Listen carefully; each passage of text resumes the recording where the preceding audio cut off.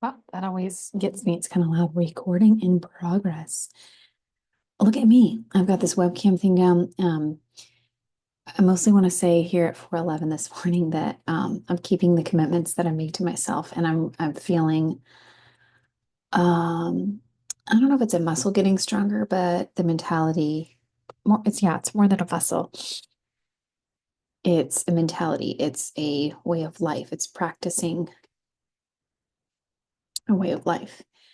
And it feels deeper than things I've made before. It's not a short-term commitment, something that I want to get to. I feel as though I'm really embracing my chosen path, my divinely ordained path as a storyteller, sitting down, telling my story here, writing it, speaking it, validating it. I was sharing tonight in our Bible, we have a really beautiful Bible study that we're doing right now called Practicing the Way about it's by John Mark Comer, being with Jesus and becoming like him, doing as he did. It resonates with me on many, many levels because I've long felt like my life's calling is to follow this asymptotic curve, and math asymptotes are always really resonated with me in the sense of, you can follow that line and that slope and it never quite gets there, but it gets infinitely closer. And that's how I feel that I want my life to be an asymptotic odyssey toward becoming more and more Christ-like. And I'll never get there. I'll never reach it. Um, but if I go out of this world trying, then that'll be a life well lived, a race well run. Um, and every day I'm going to polish my crown in that pursuit. And it resonates with me so much deeper than calling myself a Christian because it means that I'm choosing a way of life and I'm living into the invitation when Jesus said, I am the way, the way. He's the way. He's also the truth. He's also the life.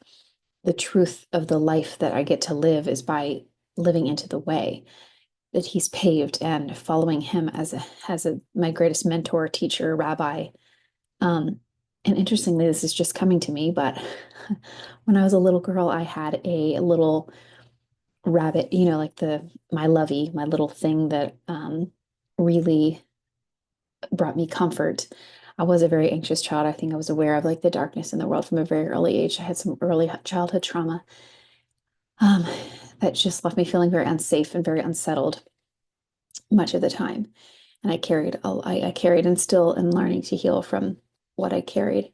But I remember just feeling unsafe a lot. And I had this little lovey that I would rub, and it had little satin edges, and it had this inside that was soft, and I called it Rabbi. And interesting, I knew from a very young age, I actually shared my testimony in our Bible study. We call it Ohana groups, family chosen Ohana groups tonight about my testimony. I'm feeling really drawn to the light and to God and knowing, having a deep knowing from 6 years old that I wanted Jesus in my heart, that I sought and craved and belonged in the light, and that in his presence I could be safe, and that was something I knew I needed. I needed his grace. I needed his saving grace. I knew I needed his safety, the spiritual safety to embrace and um, persevere in this world. And that I've never oscillated in my faith and in knowing who I am and knowing that I'm a chosen child of God. I have never wavered in that. What I have meandered through, I think, is my relationship with the church and Christianity.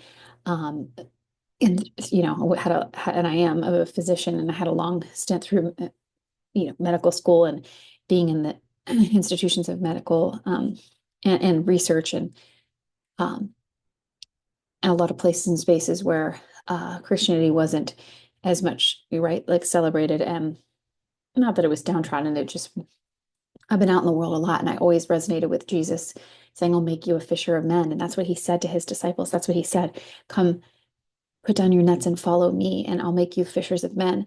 And for me, that's always meant um, those men and women aren't in the church, like they're out in the world. And that's where we're meant to be um, becoming, becoming more Christ-like. It's a gradual becoming every single day.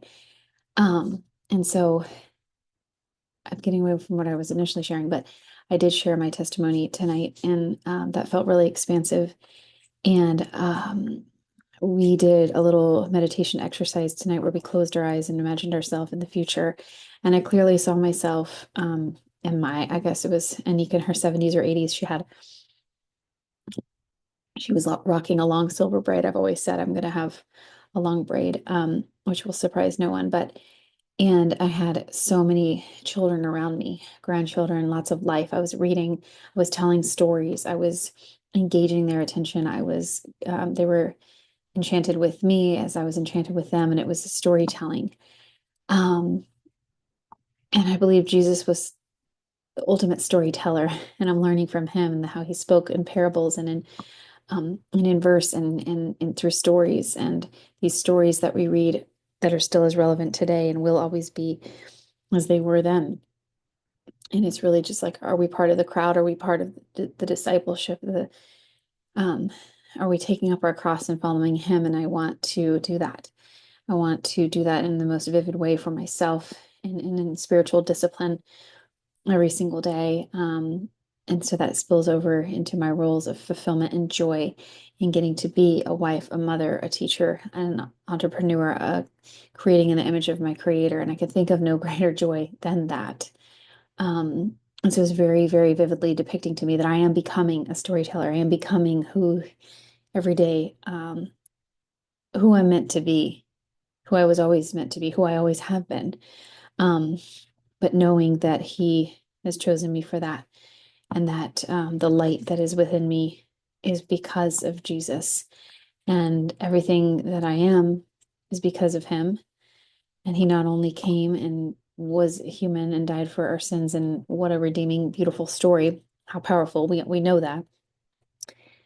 But he also invited us to follow him then and now and forevermore. And we have the spirit within us. We have this amazing, like, I like to think of it as like a life coach, that's personalized for every single one of us, and is his spirit embodied in us.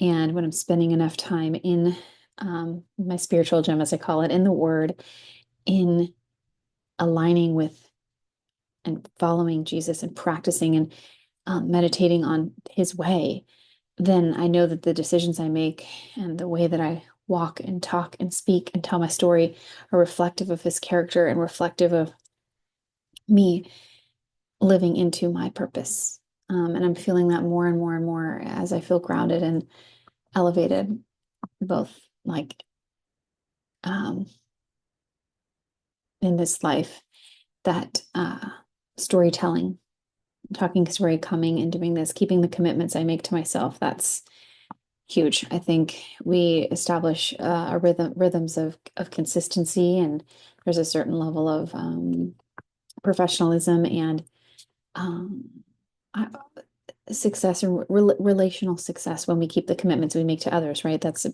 beautiful thing. And I've excelled at that most of my life.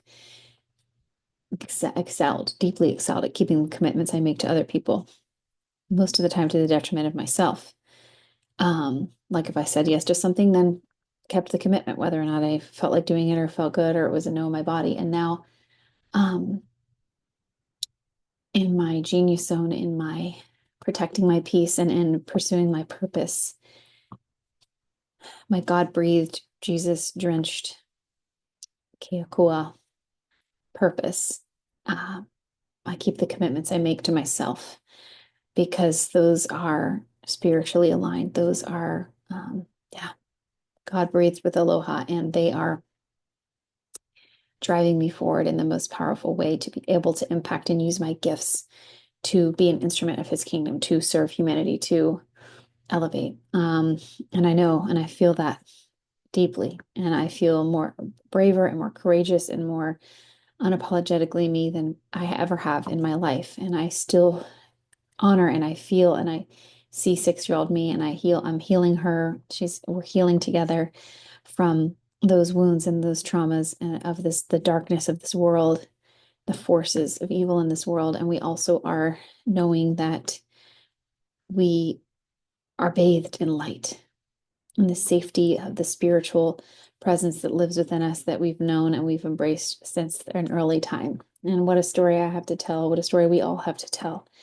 Um, and I look forward to continuing to practice the way and to leaning ever into my story every single day.